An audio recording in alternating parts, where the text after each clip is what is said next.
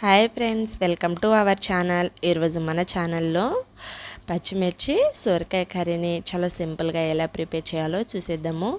ఇలా టమాటోస్ అనేది యాడ్ చేయకుండా పచ్చిమిర్చితో సొరకాయ కర్రీని చేసుకోండి. చాలా టేస్టీగా ఉంటుంది. కమ్మదనం అనేది చాలా బాగుంటుంది. ఇలా ప్రిపేర్ చేసుకొని ఒకసారైనా తిన్నట్లయితే మళ్ళీ మళ్ళీ చేసుకుంటారు. టేస్ట్ అనేది చాలా బాగుంటుంది ఫ్రెండ్స్. సో సింపుల్ రెసిపీని ఎలా ప్రిపేర్ చేయాలనేది ఈ వీడియోలో చూసేద్దాము. దీనికోసం నేనైతే సొరకాయ ముక్కల్ని ఇలా కట్ చేసి తీసుకున్నాను ముందుగానే. సో ముక్కలు అనేది ఈ షేప్లో ఈ సైజులో కట్ చేసి సొరకాయ పొట్టంతా తీసి క్లీన్ చేసేసి మనకి కావాల్సిన షేప్లో ఇలా కట్ చేసి ఒక బౌల్లో యాడ్ చేసి పక్కన పెట్టేసుకోవాలి. ఇలా పక్కన పెట్టేసుకొని స్టవ్ మీద ఒక కడాయి పెట్టుకొని 2 టేబుల్ స్పూన్ వరకు ఆయిల్ని యాడ్ చేసుకోవాలి. దీంట్లో 1 టేబుల్ స్పూన్ శనగపప్పు, 1 టేబుల్ స్పూన్ ఆవాలు, 1 టేబుల్ స్పూన్ జీలకర్ర, దీంట్లో ఫ్రెష్గా ఉన్న కరివేపాకు, వెల్లుల్లిని కొంచెం ఇలా కచ్చబచ్చగా దంచి యాడ్ చేసుకోండి. పచ్చిమిర్చి ఓ 10-15 వరకు సుమారుగా కారాన్ని బట్టి కట్ చేసి యాడ్ చేసుకోండి. సో పచ్చిమిర్చిని ఇలా యాడ్ చేసి పచ్చిమిర్చి అనేది మనకి బాగా మగ్గేంత వరకు 1-2 మినిట్ పాటు బాగా కలుపుకుంటూ ఫ్రై చేసుకుంటూ తీసుకోవాలి. పచ్చిమిర్చి అనేది పచ్చి వాసన పోయేంత వరకు ఫ్రై చేసుకున్నాక సొరకాయ ముక్కల్ని యాడ్ చేసుకోవాలి. ఇలా సొరకాయ ముక్కల్ని యాడ్ చేసుకొని 1 టేబుల్ స్పూన్ సాల్ట్ని యాడ్ చేసుకుంటే మనకి ముక్కలు అనేవి చాలా త్వరగా మగ్గుతాయి. సో వీటినంతా ఒకసారి కలుపుకొని తీసుకోవాలి.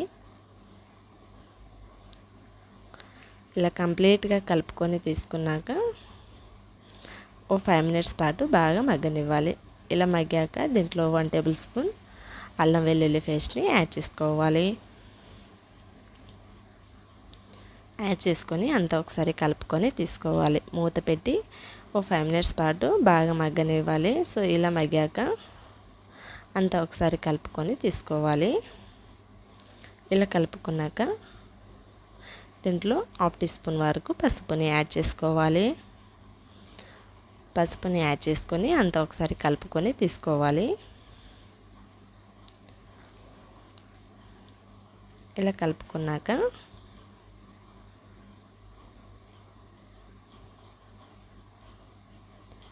దీంట్లో 1/2 teaspoon garam masala add చేసుకొని అంత ఒకసారి కలుపుకోండి. మీరు కావాలంటే 1/2 టీ స్పూన్ ధనియాల పౌడర్ని కూడా యాడ్ చేసుకోవచ్చు.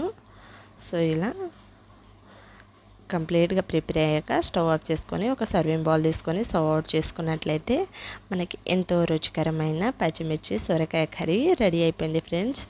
చాలా సింపుల్గా వంట రాని వాళ్ళు కూడా చాలా ఈజీ ప్రాసెస్లో చేయొచ్చు. ఈ పచ్చిమిర్చి వేసి చేయడం వలన సొరకాయ కర్రీ అనేది చాలా టేస్ట్ ఉంటుంది. నేను చెప్పడం కాదు, మీరు ఒకసారి ట్రై చేయండి. ట్రై చేశాక మీకు ఎలా కుదిరిందో నాతో కామెంట్ చేయడం మాత్రం మర్చిపోకండి ఫ్రెండ్స్. ఇలాంటి టేస్టీ మరిన్ని రెసిపీస్ కోసం మన ఛానల్ని తప్పకుండా సబ్స్క్రైబ్ చేసుకోండి. ఈ వీడియో కనుక మీకు నచ్చినట్లయితే ఒక లైక్ చేయండి. మీ ఫ్రెండ్స్కి, రిలేటివ్స్కి అందరికీ షేర్ చేయండి friends. Thank you for watching all friends. మన ఛానల్ని తప్పకుండా సపోర్ట్ చేయండి.